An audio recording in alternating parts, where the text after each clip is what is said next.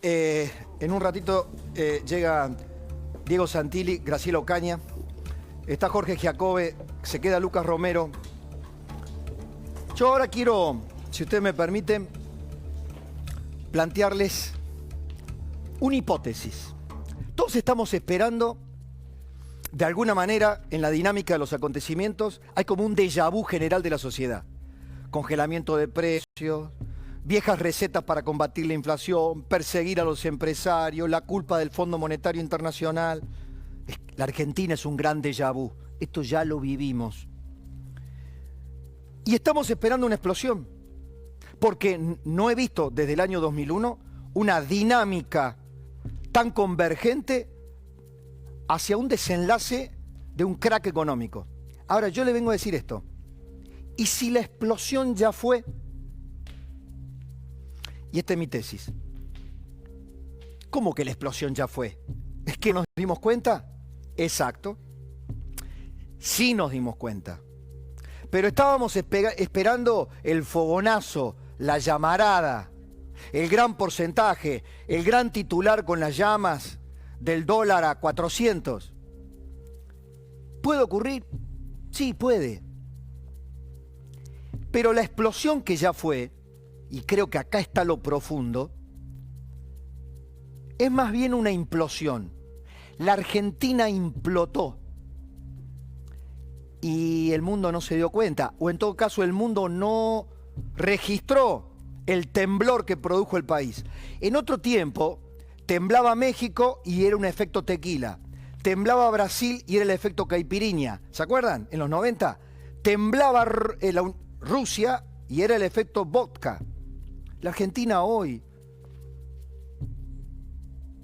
no da ni para efecto. Para el mundo, la Argentina languidece, se achica, queda subsumida como un paisito, casi como la imagen de nuestro presidente, solitario, intrascendente, insignificante, en el marco de las voces globales. Lo escuchaban 20 personas. Pero eso sí, viajó con 60, en un viaje de estudios carísimo. La Argentina, para el mundo, está reflejado en el riesgo país, 1.747 puntos, 1.733, fuera del mundo. En las calificadoras de riesgo, standalone, fuera del mundo, con países africanos insignificantes en términos de poderío económico, de riqueza. Sí, nuestro gran país, ese territorio que alguna vez fue las posibilidades de Australia o de Canadá. ¿Qué pasó? ¿Qué está pasando en la Argentina? Que explotó por dentro. Está quizá protagonizando o viviendo un cambio de época.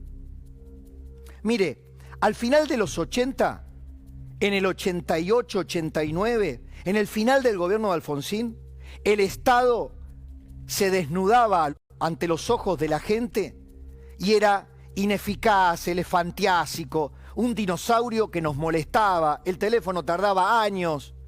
¿Se acuerdan de Bernardo Neustadt? Creo que fue el que mejor pudo sintetizar a Doña Rosa la idea de un Estado obsoleto, la idea de un Estado que no le servía al ciudadano de a pie. Tanto que algunos dicen que Neustadt en realidad inventó al menemismo. Otros dicen que Neustadt volcó y fue oficialista. Lo cierto es que se produjo un cambio de época solo después y claramente de fogonazos hiperinflacionarios. Julio de 1989, con todo lo que vino después, adelantamiento del gobierno de la entrega del poder de Alfonsín, asunción de Carlos Saúl Menem, que venía con el discurso de la revolución productiva y las patillas, y rápidamente entendió el cambio de época, consenso de Washington, alinearse, la Argentina estaba fuera del mundo. Y el cambio de época, no sin un trance complicado, Herman González, el plan Bonex, el otro fogonazo inflacionario, hasta que Cavallo llega y un día desembarca con la Fundación Mediterránea y plantea la convertibilidad. La convertibilidad, que fue algo así como la contracara del Estado obsoleto, se planteó como la virtud de la propiedad privada, de las empresas privadas de servicios públicos que le iban a poder dar lo que el Estado obsoleto no le dio. Y pasó. Le pido por favor que apartemos las consideraciones sobre la corrupción, la forma de las privatizaciones, lo que ocurrió. Estoy hablando de los cambios de época. Hubo un cambio de época que duró 10 años después, donde la inversión privada, donde la apertura al mundo, donde las políticas pro mercado tuvieron su momento de gloria. Ah, y la estabilidad, que no es poco. O sea, borrar la inflación, los grandes males. ¿Qué pasó con la convertibilidad? Le tocó su cambio de época. Por ineptitud, por incapacidad de la sociedad argentina para poder para tomar la convertibilidad como una herramienta provisoria y no como una fórmula mágica que durara toda la eternidad. La convertibilidad ya en el final de los 90 había acumulado todas las inconsistencias para que, si no se desactivaba la fórmula, con el gasto público creciente, con un Carlos Menem que se rifó todo en la re, con un peronismo que estaba dividido y enfrentado con Duhalde contra Menem, que finalmente terminó dándole el poder a la Alianza. La Alianza asume en 2000, con la promesa de ¿qué? De mantener la convertibilidad. Ningún político argentino se atrevió a avisorar el cambio de época. Alguien me dirá, Rodolfo Terraño, debate con Cavallo en el año 95, sí, pocos. Pero la Alianza sucumbió muy poco tiempo porque hizo un crash la convertibilidad. Explotó. No supimos cómo resolverlo. A partir de allí se produce el otro cambio de época. Estoy sintetizando la historia argentina de una manera, por supuesto, a brocha gorda, ¿se entiende? O en beneficio del análisis. El cambio de época, del que se vayan todos, de los golpes contra los bancos para que devuelvan los depósitos, el default, la ruptura de los contratos, la especificación asimétrica. Llegó el corsi e ricorsi de la historia. ¿Qué llegó? El momento del Estado. Había fracasado la convertibilidad, la manera en que terminó la convertibilidad, terminó también con la idea de que la empresa privada, el capitalismo, traía las soluciones a la Argentina. Y ahí llegó Kirchner. Y ahí llegó Kirchner, que había sido un capitalista pro mercado cuando le convino, cabalista, hasta que como Menem en los 90 interpretó el cambio de época, se vistió de progresista, pro derechos humanos, el Estado primero que nada. Es cierto que en Santa Cruz había convertido al Estado en una finca propia. Y a partir de allí empezó a construir el estatismo que hoy está rompiéndose. Esta es la explosión que fue. La explosión que ya ocurrió es la del estatismo / pobrismo. Es la construcción de un Estado autoritario que al principio nos engañó. En los primeros años de la conducción de Kirchner, el empleo privado y el público crecían casi por igual.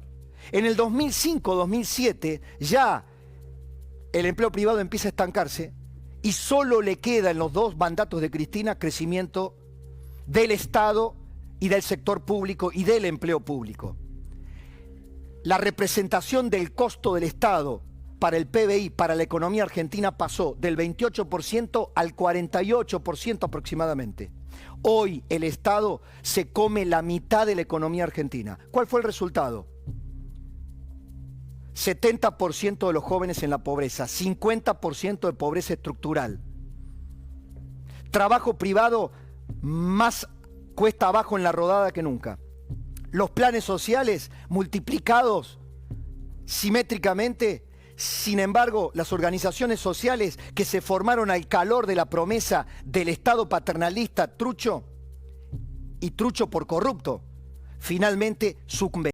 Y hoy pide, como dice un economista, como dice Melconian, la Matanza y la Recoleta piden de nuevo, ¿qué cosa? Trabajo privado, empresas privadas. ¿Es casual la primavera liberal? ¿Qué es la primavera liberal? ¿Es Milei? ¿Es Espert? No. En la primavera liberal hay algo. Hay un cambio de época. Hay una demanda de libertad. Hay algo que se está cocinando en la base de la sociedad, en el hartazgo después de la pandemia. ¿Alguien interpretará el cambio de época? Lo cierto es que mientras miramos a Cristina y qué hace después del 15, es como si estuviéramos mirando qué melodía interpreta el violinista del Titanic. El iceberg ya existió, el barco ya chocó. Si seguimos mirando y prestándole atención al violinista del Titanic, tal vez no lleguemos al bote salvavidas. Me voy a hablar con Graciela Ocaña.